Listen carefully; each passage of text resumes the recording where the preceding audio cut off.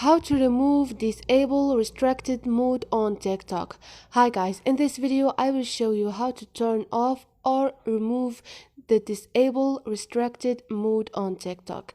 So all you need to do is go to your TikTok application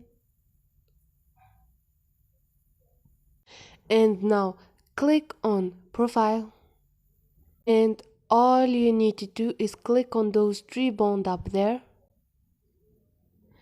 Click on setting and privacy and go to the bond. Keep search until you find digital well-being and click on restricted mode. You can turn on restricted mode or you can turn it off.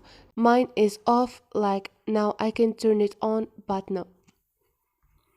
So this is it guys, hope this video was helpful to you. If you like the video, don't forget to subscribe and like.